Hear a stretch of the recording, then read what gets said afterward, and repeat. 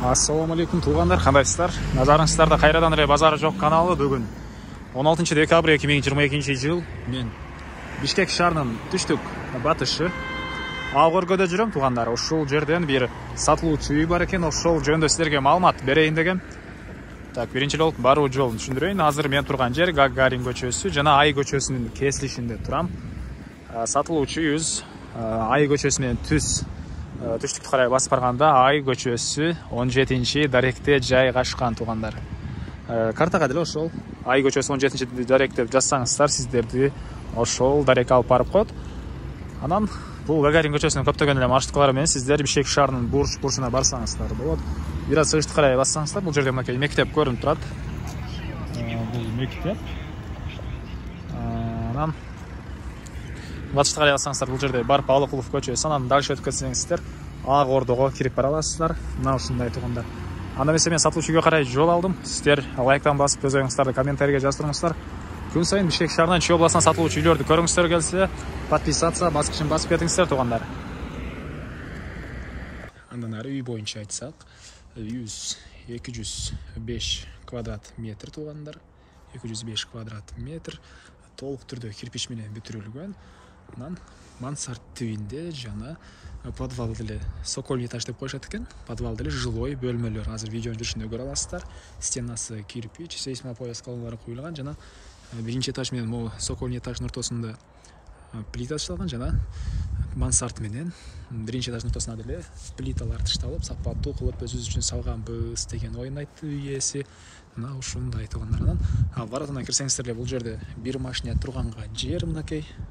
Эки деле машина, жеңил машина болсо, экөөсүн деле койсоңуздар болгудай көрүнөт. Бул жактары газон, бул жакта бурус жаткан менен болгон тротуар.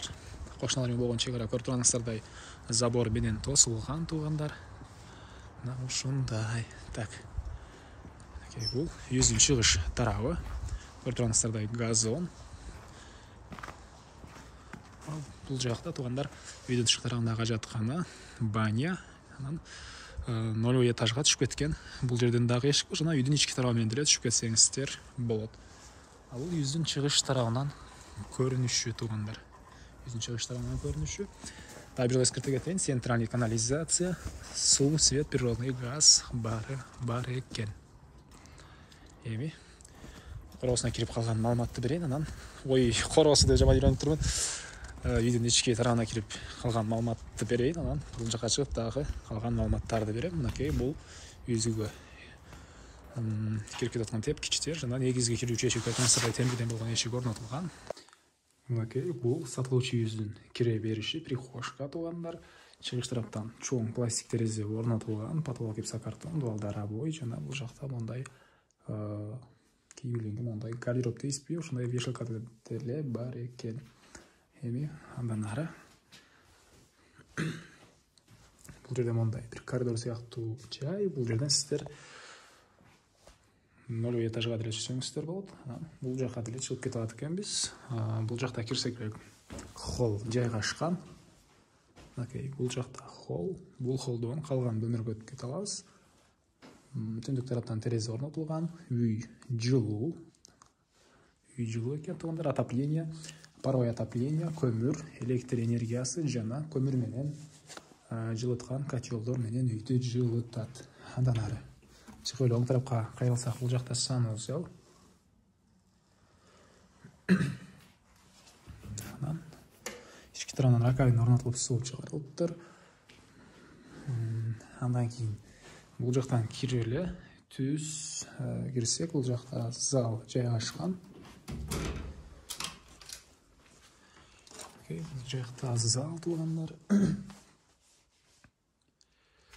Балдар обой батыш тараптан терезелер болған. Ар бир терезеде темирден болгон решеткалар деле бар экен. Бул залдын көрүнүшү тугандар мынакей. Эми андан ары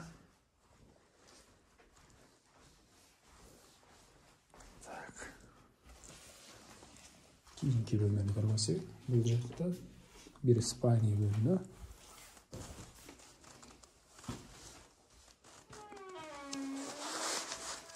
Түштүк тарабынан терезе орнотулган туугандар. Ушундай көрүнүштү. Так. Менде бирок мурда биринчи тарта баштаганда подписчиктерден эч ким комментарий жазбай калышты. Комментарийлерди окуп турам, комментарийден жазып туруңуздар туугандар. Бул жакта дагы бир мындай Испания бөлмө экен. Түштүк тараптан чоң пластик терезе орнотулган туугандар. Материалдарды кайра кайталай бербейм, мына көрүп турасыздар, обой, гипсокартон. Мына ушундай полдору ламинат экен бардык эле бөлмөлөрдүкү. Бөлмөлөр аралык эшиктер көрүп турганыңыздардай эшиктер орнотулган. Сапаттарына келсеңиздер, өзүңүздөр байкап көрүп алсаңыздар болот.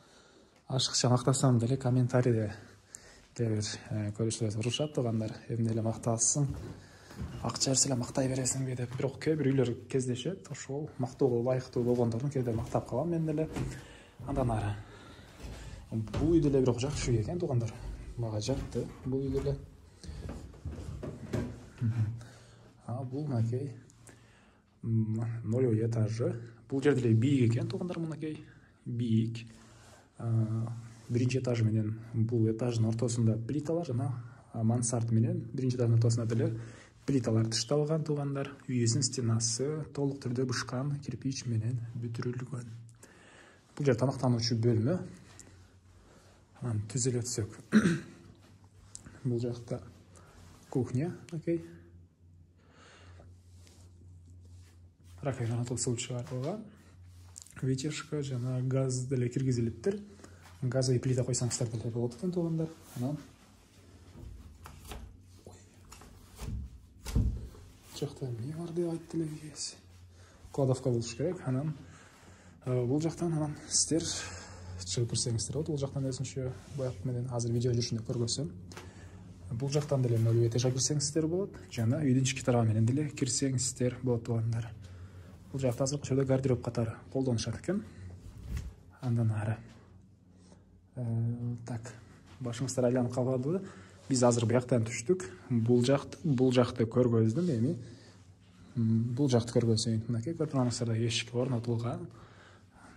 Түзөлүп өтсөк. Ондай бир чоң бөлмө. Отопление батареялары орнотулган туугандар. Түштүк тараптан терезе орнотулуптур. Мына ушундай көрүнүштө Базар жок каналынын фирменный, ушу каналды баштагандан бери мына ушундай көрүнүштө деген сөз айтылып келе жатат. Андан кийинки бул жактагы эң акыркы бөлмө азыр окей. Светини каяктан жандырды? Потолок гипсокартон, дуалдар. Обой.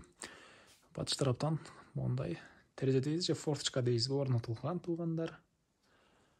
Мына ушундай эми силерге короосун ачып калган маалыматтарды берейин.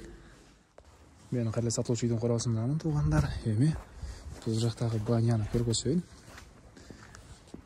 Так. Окей. Үйдүн чыгыш тарабы. Анан бул жакта туугандар баня. Азыркы учурда үй ээси жай жазгы учурда кухня, летний кухня катары колдонот экен. Бирок баня үчүн расчет алынып салынган помещение. Модерндөгү бөлмө, парилка болуп калат. Бирок бүтүрүлгөндөн бери азыркы учурда колдонула элек баня туугандар. Эми андан ары. Так. Бул жакта мондай бир бөлмө. Бул бөлмө аркылуу калсаңыздар жана 0 этажга түшүп кетсеңиздер болот. Же бул эшиктен өтсөңүздөр арты тарабында очокана жана үйдүн арты тарабына дагы өтүп кеткен жай бар экен. Эми ушуну көргөзүп коеюнчу. Айткандан кийин көргөзбөйсүңбү деп дагы кайрылып калышчу эле. Бул жакта мондай очок.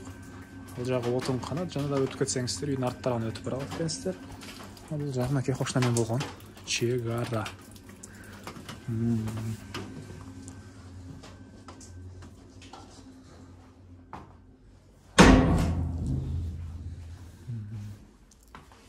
Отопление, газ, көмір жана электр энергиясы менен иштейт.